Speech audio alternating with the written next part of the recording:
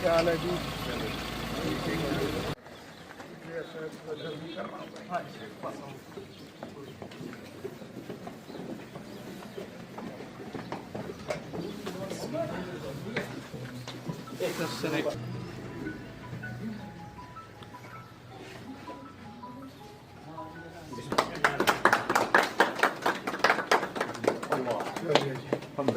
बहुत अच्छा जी, मुबारक है।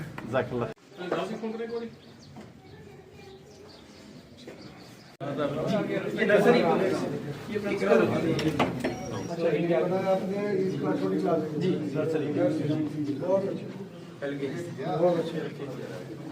इराकी LKG और ये कौन सी क्लास आ गई? ये यूके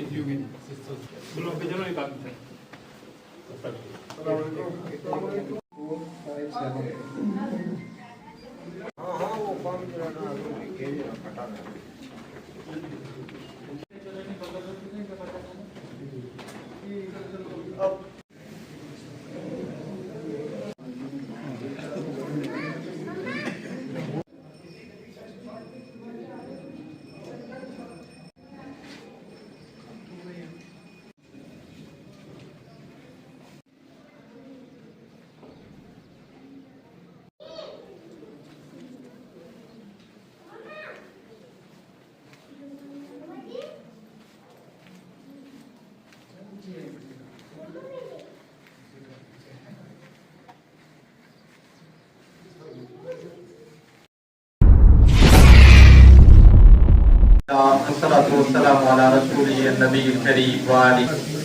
और दीगर तमाम मेंबरान और आए हुए मेहमान गिरामी, अस्सलाम वालेकुम वरहमतुल्लाहि वबरकातुहू। प्रोग्राम के आगाज के लिए सबसे पहले मैं कुरान पाक की तिलावत इन्नमा खलक़नाकुम अबतन व अन्नकुम इलैना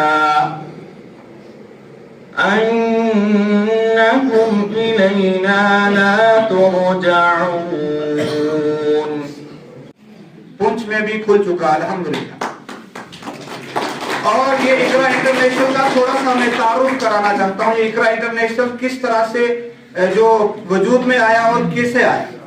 जो इस वक्त दूरी है, अल्लाह ताला का जो मतलब अल्लाह ताला ने हम सबको पैदा किया, हमारा जो मकसद था वो हमें पता ही नहीं चल रहा है। मतलब हमारा ये अल्लाह ताला ने जो हमें पैदा किया इसलिए कि हम इबादत करें। अब इबादत किस तरह से करें? कुल्लु मा युहिब्बुल्लाहु मिनल अक़वालि वल अफ़आल। इबादत वो है जो अक़वाल और अफ़आल, जिससे अल्लाह ताला मोहब्बत करता है, चाहे वो अक़वाल में हो या अफ़आल में हो। तो इन दोनों को हासिल करने की के लिए तालीम जरूरी है, लेकिन तालीम के साथ तरबियत भी जरूरी है। वो इंग्लिश में भी कोशिश करते हैं, हम यहाँ पे भी कोशिश करेंगे क्योंकि अभी बात कर रहे हैं। और हमने फिर इन दोनों को मिला के, यानी हमारा बच्चा जो अरबिक में फिक भी वो पढ़ता है, यानी फिका जो हम मदरसे में पढ़ाते हैं, हमारा बच्चा यहाँ पे फिका भी पढ़ता है। हमारा बच्चा यहाँ पे सीरा भी, अल्लाह के नबी की सीरत को भी पढ़ता है। यहाँ पे उसे अल्लाह ताला का पूरा तारुफ कराया जाता है।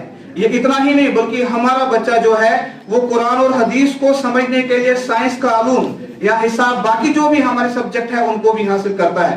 उसमें भी इकरा इंटरनेशनल स्कूल की एक ब्रांच खोली जाए। इकरा इंटरनेशनल का तारुफ जो है वो आपके सामने आ ही चुका। मैं थोड़ी सी करिकुलम के ऊपर बात करूं। ये इकरा इंटरनेशनल स्कूल की बुक्स है जो मेरे हाथ में है। ये मॉरल पब्लिकेशन डिजाइन करता है और प्रिंट करता है, पब्लिश करता है, और सिर्फ इकरा इंटरनेशनल स्कूल के लिए ये पब्लिश होती है। इसमें जो एकेडमिक सब्जेक्ट्स का जो कंटेंट है वो CBSE पैटर्न पे है। ये कॉन्सेप्ट 6+6 बुक्स का है।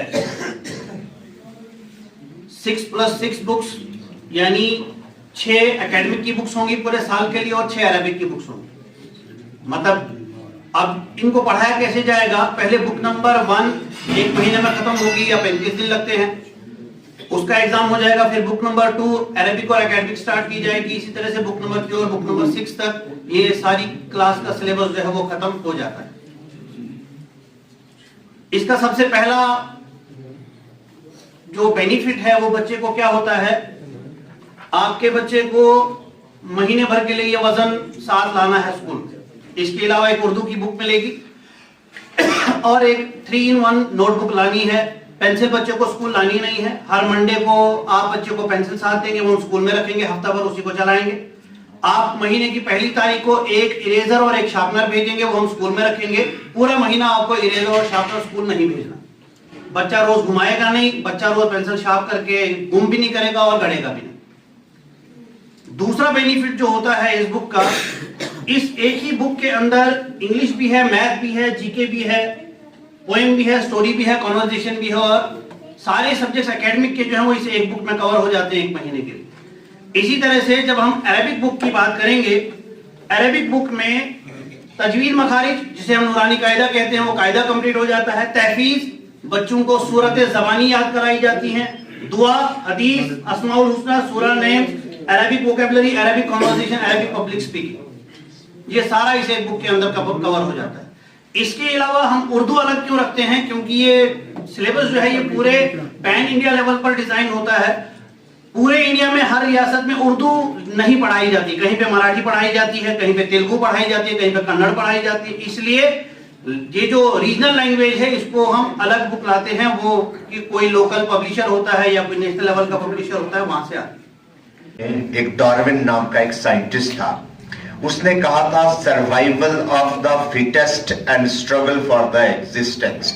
मीन कि जो अपने आप को पर्टिकुलर एनवायरनमेंट के साथ फिट कर गया वो जिंदा रहेगा, और स्ट्रगल फॉर द एग्जिस्टेंस के जो लड़ झगड़ के अपने हक के लिए, अपने लोगों के लिए आगे आ जाएगा, जिंदा वो ही रहेगा। मैं स्कूल के बारे में 2-3 पॉइंट सिर्फ बोलूंगा। देखिए, आपने यहाँ पे अपना जब सिलेबस आप डिस्कस कर रहे थे तो आपने कहा कि हम सिर्फ चाहते हैं कि सिर्फ हजरत फातिमा का नाम हो, हजरत अली का नाम हो। तो मैं तो ये कहूंगा कि अगर आप हजरत अली का नाम रहे हैं तो फिर यजीद का नाम भी बताइए कि यजीद की क्या बुराइयां समाज में रही जिससे हम उनको नफरत करते हैं। अगर आप गांधी का नाम ले रहे हो तो आपको गोडसे का नाम भी लेना है कि गोडसे ने क्या बुराई की थी जिसकी वजह से हम गोडसे को बुलाना चाहते हैं। क्योंकि जब तक आप हिस्ट्री बच्चों को नहीं दिखाओगे तो सिलेबस पूरा मुकम्मल नहीं होगा। नंबर 2 पर मैं आपको ये बात बताऊंगा कि सिलेबस में साइंस नहीं अगर होगी, अगर साइंस नहीं होगी तो हमारा सिलेबस मुकम्मल नहीं होगा। तो आप साइंस को भी सिलेबस में लेके आइए, हो सकता है आपका हो, जो उन्होंने बोला मैं उसका थोड़ा सा होगा। मेरी तो यही है कि हम चाहते हैं कि ये स्कूल, ये मदरसा जो आज अगर आपके पास 100 बच्चा है तो आने वाले वक्त में अल्लाह ताला करे कि आपके पास 1000 बच्चा हो। सिफारिशें आपको आएंगी, नहीं इस स्कूल में हमने बच्चों को पढ़ाना है, क्योंकि यहाँ बच्चे की तरबियत होती है। ये इल्तिबास कब से पैदा हुआ, खासतौर से माने साहब से मैं मुखातिब हूँ कि दीनी और दुनियावी तालीम के दरमियान जो दूरी है और जो ये तस्वुर है ये कब से पैदा हुआ। ये हमारे दौरे गुलामी की ईजाद है। हकीकत यह है कि दीन और दुनिया की तालीम का कोई फर्क इस्लाम में मलूज नहीं रखा गया, सारी तालीमें अपनी जगह जरूरी हैं। लॉर्ड मैकावले ने जब हिंदुस्तान के अंदर एक तालीमी निज़ाम दिया और उसका बुनियादी जो मकसद था, उसने एक सर्वेंट क्लास बनानी थी यहाँ पर गुलामों की, और उसके लिए उसने जो डिजाइन किया तालीम को वो उन जरूरतों को पूरा करती थी। और यही वो सबब था कि दीनदार लोगों ने अपने दीन को और अपने इल्म को और अपनी सकाफत को बचाने के लिए मदारिस और मस्जिदों का सहारा लिया।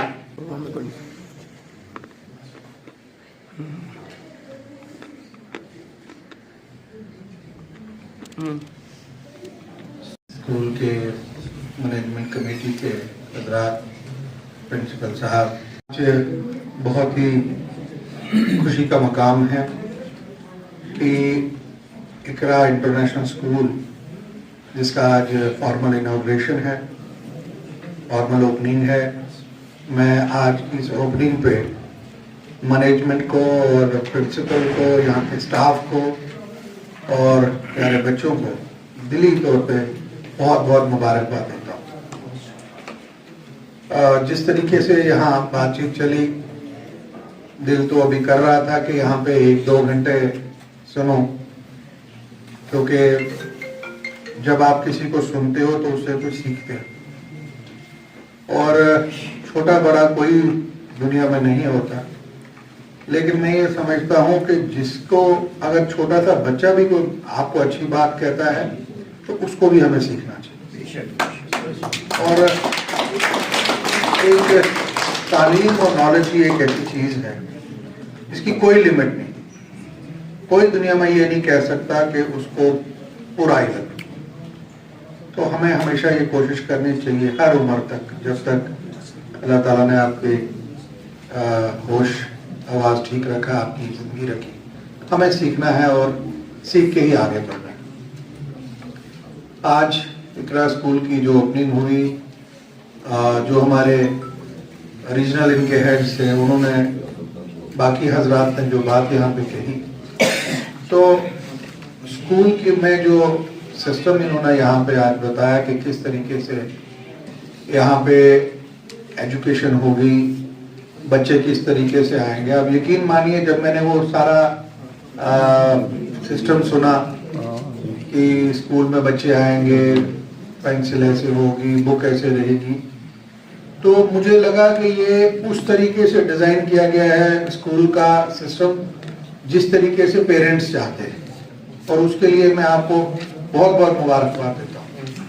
क्योंकि अमूमन छोटे बच्चे जब स्कूल में आते हैं तो सबसे बड़ी पेरेंट्स की प्रॉब्लम होती है कि अगर वो 10 पेंसिल लेके जाते हैं तो एक ही वापस पहुँचती, और अगर वो रबर और शार्पनर लेके जाते हैं तो वो स्कूल में ही या तो फेंक देते हैं, घुमा देते हैं, या रास्ते में, क्योंकि छोटे बच्चे हैं बैग में नहीं रख सकते, तो अमूमन उन बच्चों को वो परेशानी रहती है। पेरेंट्स के लिए कोई बड़ी बात नहीं होती, क्योंकि पेरेंट्स के लिए बच्चे ही उनकी ज़िंदगी होती है। पेंसिल और रबर और शार्पनर कोई इतनी अहमियत नहीं रखती, लेकिन जब इन्होंने ये बात यहाँ पे कही स्टेज पे, तो उस बात में एक वजन है। वजन क्या है? पेरेंट्स के लिए कोई पेंसिल और शार्पनर को इतनी अहमियत नहीं रखती, वो 100-200 भी ले सकते हैं, लेकिन उस क्लास में, नर्सरी की क्लास में, अगर पेंसिल की और रबर की और शार्पनर की अहमियत और उसकी कीमत अगर बच्चे के जहन में आ जाए, तो मैं समझता हूँ बाकी उम्र में उसको कभी भी फाइनेंशियल क्राइसिस नहीं, और वो पूरी जिंदगी, चाहे वो 100 रुपये हो, 10 रुपये हो, 10 लाख हो, या वो कल करोड़पति भी इंशाल्लाह जब वो बनेगा, तो उसको उस पैसे की अहमियत का पता होगा, क्योंकि बचपन से ही उसने वो सीखा होगा।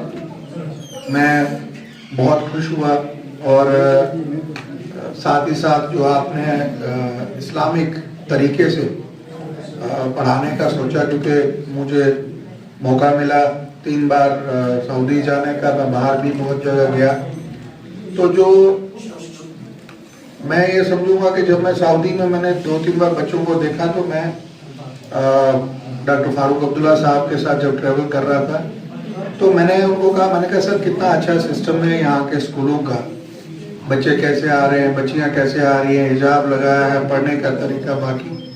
तो मैं उनको कहता, मैं कहता जितना सर हमारे भी कभी ऐसा अगर आए तो कितना अच्छा सिस्टम रहेगा। लेकिन मैं कहूँगा कि अल्लाह ताला ने वो बात सुनी और आज इकरा स्कूल यहाँ पे आया, तो ये बहुत बड़ी बात है कि हमारे बच्चों को उस तरीके से, मैं नहीं कहूँगा 100% ये कर सकते, मैं नहीं सोचता 100% ये करेंगे या 90% करेंगे। अगर इन्होंने शुरुआत 10% से की है, तो इंशाल्लाह 5-6 सालों के बाद आप देखेंगे यही 10% जो है ये तब्दील होगा 100%। मैं मैनेजमेंट कमेटी को अपनी तरफ से यकीन दिलाना चाहता हूँ कि कोई बात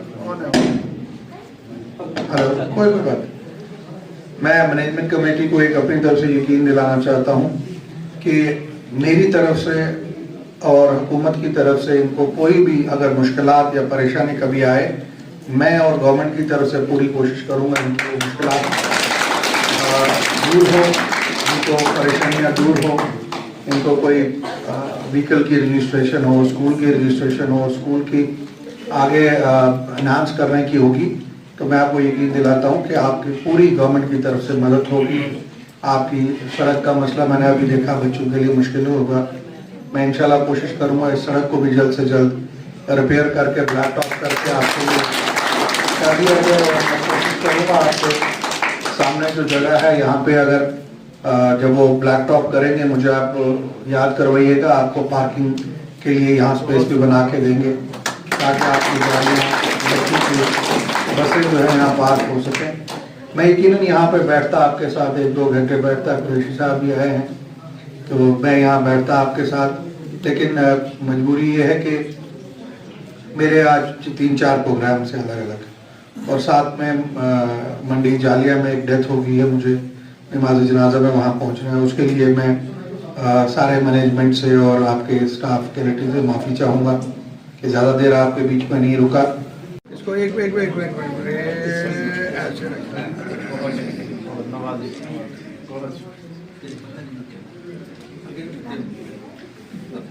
देखने वाले भी खूबसूरत हो। शुक्रिया जी, शुक्रिया।